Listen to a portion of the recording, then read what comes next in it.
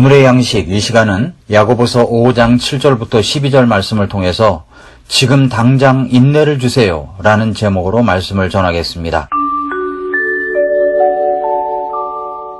우리는 기다림에 참 약합니다. 기다리는 것은 그리 쉬운 것이 아닌가 봅니다. 급한 성미를 가진 어떤 자매님이 자신의 급한 성격, 인내하지 못하는 문제를 놓고 하나님께 기도를 했답니다. 하나님, 저에게 인내를 주세요. 지금 당장 주세요. 우리가 기도를 응답받지 못하는 이유 중 하나가 있다면 그것은 우리가 충분히 기다리지 않는다는 데 있습니다. 우리는 또 이렇게 기도하곤 합니다. 하나님, 5분밖에 시간이 없어요. 그 전에 말씀해 주세요. 이런 태도는 정말 우리가 인내하지 못하고 있다는 또 하나의 증거입니다. 그저 하나님을 주기만 하시는 존재로만 인식하는 것입니다. 성경 야고보서 5장 7절부터 12절은 인내에 대해서 말씀하시고 있습니다. 또한 인내의 본을 보인 사람들을 언급합니다.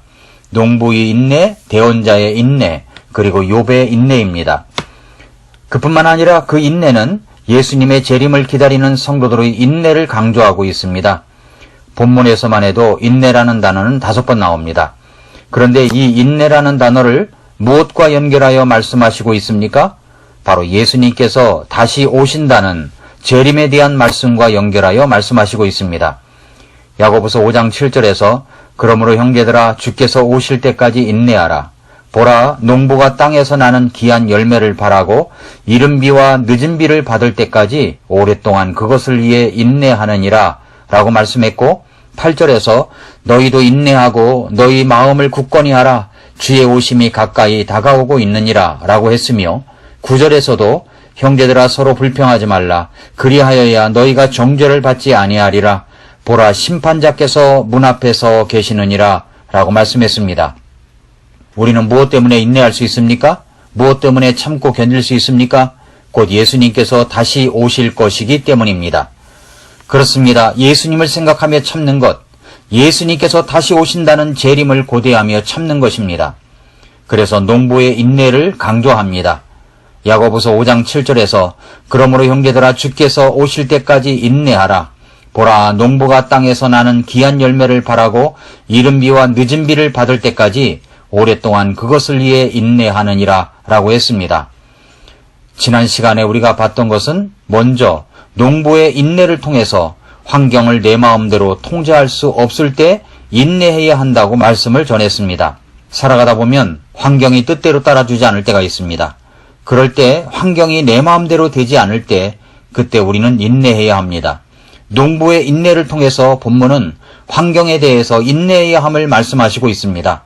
내가 처한 환경으로 인한 고통과 문제가 있다면 예수님께서 다시 오심을 고대하면서 참는 것입니다. 그것이 바로 농부의 인내입니다. 결실을 기대하며 이른 비와 늦은 비를 기다리고 정성스럽게 농작물을 돌보아 주는 것입니다. 내가 처한 환경의 고통을 단지 고통으로만 생각하지 말고 주님께서 주시는 은혜의 이른 비와 늦은 비를 고대하면서 내가 처한 환경을 돌보며 극복하는 데 최선을 다하는 것입니다. 그렇게 인내합니다. 그것이 바로 농부의 인내입니다. 둘째로 대언자의 인내에 대해서 말씀하십니다. 10절 말씀에 내 형제들아 주의 이름으로 말한 대언자들을 고난당하는 것과 인내의 본으로 삼으라 라고 말씀했습니다. 주의 이름으로 말씀을 전한 대언자들은 무엇에 대해서 인내를 하였습니까? 사람입니다. 사람들입니다. 참 지긋지긋하게 변하지 않는 것이 사람이라고 생각하였을 것입니다. 우리는 사람들이 내 마음대로 되지 않고 변화되지 않을 때 폭발하곤 합니다. 환경에 인내하는 것은 그리 쉬운 일이 아닙니다.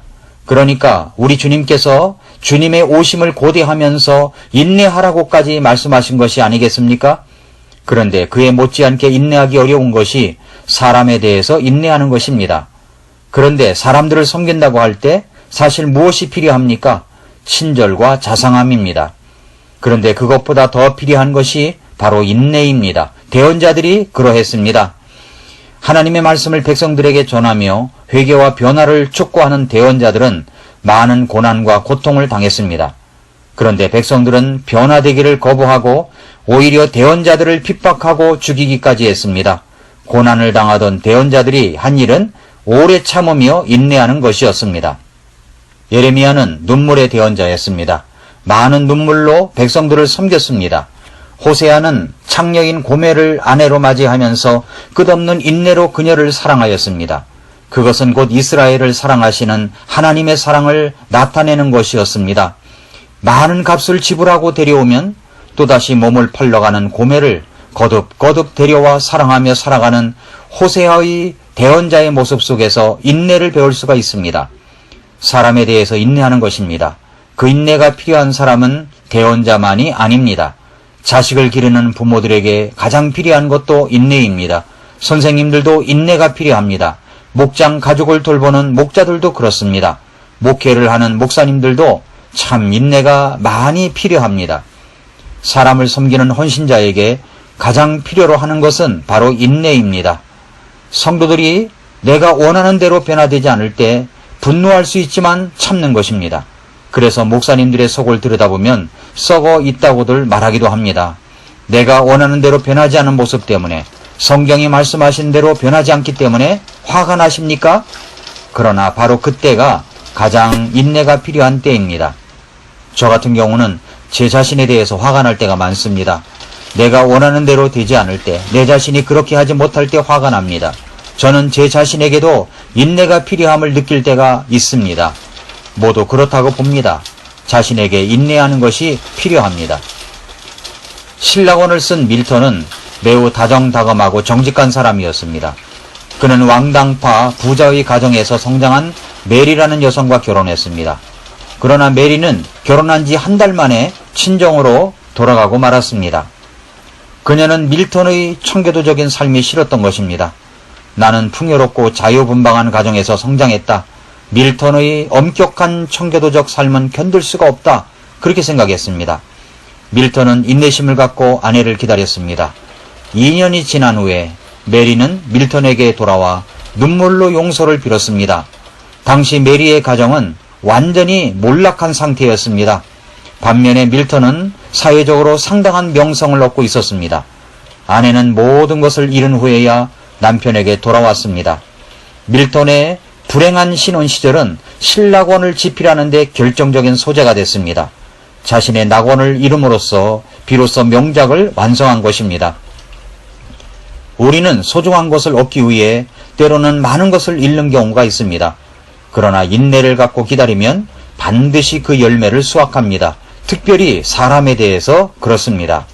셋째로 욥의 인내입니다. 11절을 보면 보라, 참는 자들을 우리가 행복한 자로 여기나니 너희가 욥의 인내를 들었고 주께서 주신 결말을 보았거니와 주께서는 지극히 동정심이 많으시며 친절한 긍휼을 베푸는 분이시니라 라고 했습니다.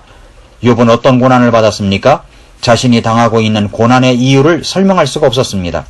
그러나 그는 인내했습니다. 내가 당하는 고난의 이유를 설명할 수 없을 때 우리는 인내해야 합니다. 고난은 인생의 신비 중 하나입니다. 정말 인생을 살다 보면 이해할 수 없고 설명할 수 없는 고난을 만납니다. 욥이 그렇지 않았습니까? 우리는 욥처럼 고난을 당할까봐 욥 콤플렉스에 걸려 있을 때도 있습니다. 그러나 아무나 욥처럼 그런 고난을 당하지 않습니다. 그러나 욥은 아니더라도 나름대로 설명할 수 없는 고난을 당할 때가 있습니다. 이해할 수도 없는 고난을 당할 때가 있습니다. 욥의 아내는 차라리 하나님을 욕하고 죽으라고까지 남편을 저주했습니다. 그런 욥의 아내를 보고 누군가 말하기를 하나님은 욥이 좋아하는 것은 다 가져가시고 욥이 가장 싫어하시는 것만 남겨두셨다라고 했습니다. 그러나 욥이 더욱 고통스러웠던 것은 오랫동안 욥의 고통에 대해서 침묵하시는 하나님 때문이었습니다. 알 수 없는 고통 때문에 하나님 왜 제게 이런 고통을 주시는 것입니까? 라고 소리치고 싶을 때, 내가 무슨 죄를 지었길래 이런 고통이 오는 것입니까? 라고 절규하고 싶을 때, 그때 우리가 해야 할 일은 인내하는 것입니다. 사랑하는 성도 여러분, 인내해야 할 시기를, 그 이유를 깨닫는 것이 야고보서에서 말씀하고 있는 지혜입니다. 환경에 대해서, 사람에 대해서 인내할 줄 알아야 합니다. 다시 야고보서 5장 11절을 보면 보라, 참는 자들을 우리가 행복한 자로 여기나니 너희가 욥의 인내를 들었고 주께서 주신 결말을 보았거니와 주께서는 지극히 동정심이 많으시며 친절한 긍휼을 베푸는 분이시니라 라고 했습니다. 참는 자는 행복한 자입니다. 주님께서는 지극히 동정심이 많으시고 친절한 긍휼을 베푸시는 분이시기 때문입니다. 주님이 주시는 결말이 크고 좋기 때문입니다. 사랑하는 성도 여러분, 참는 것, 인내하는 것, 참으심의 가장 큰 모본을 보여주신 분은 바로 예수님이십니다. 예수님께서는 겟세마네 동산에서 이렇게 기도하셨습니다. 아버지여, 이 잔을 내게서 옮겨 주시옵소서. 그러나 내 뜻대로 하지 마옵시고 아버지의 뜻대로 되기를 원하나이다. 얼마나 힘주어 기도하셨던지 땀방울에서 땀이 나오는 것이 아니라 핏방울이 나올 정도였습니다. 그렇게 예수님은 우리의 죄를 용서해 주시기 위하여 십자가로 가셨습니다. 그리고 그 십자가에서 6시간 동안 매달려 계셨습니다. 그리고 돌아가셨습니다. 그 예수님의 모습을 히브리서 기자는 이렇게 말씀합니다. 히브리서 12장 2절 3절에서 우리의 믿음의 창시자요 또 완성자이신 예수님을 바라보자. 그분께서는 자기 앞에 놓인 기쁨으로 인해 십자가를 견디사 그 수치를 멸시하시더니 이제 하나님의 왕좌 오른편에 앉으셨느니라. 죄인들아, 자기를 대적하여 이처럼 고약한 것을 견디어 내신 분을 깊이 생각할지니 이것은 너희가 너희 생각 속에서 지치고 기진하지 아니하게 하려 함이라 라고 말씀했습니다. 주님은 십자가를 견디셨습니다. 인내하셨습니다. 참으셨습니다. 이처럼 우리도 예수님께 대적한 사람들을 고역한 것을 견디어내신 분 예수님을 깊이 생각해야 합니다. 왜냐하면 우리 생각 속에서 지치고 기진하지 아니하게 하려 하시기 때문입니다. 오늘도 십자가에서 참고 견디어내신 예수님, 그리고 우리를 다시 데리러 오실 그 예수님을 생각하며 환경에 대해서, 사람에 대해서, 그리고 설명할 수 없는 고통에 대해서 참고 견디고 인내하는 하루하루가 되시기를 축복합니다.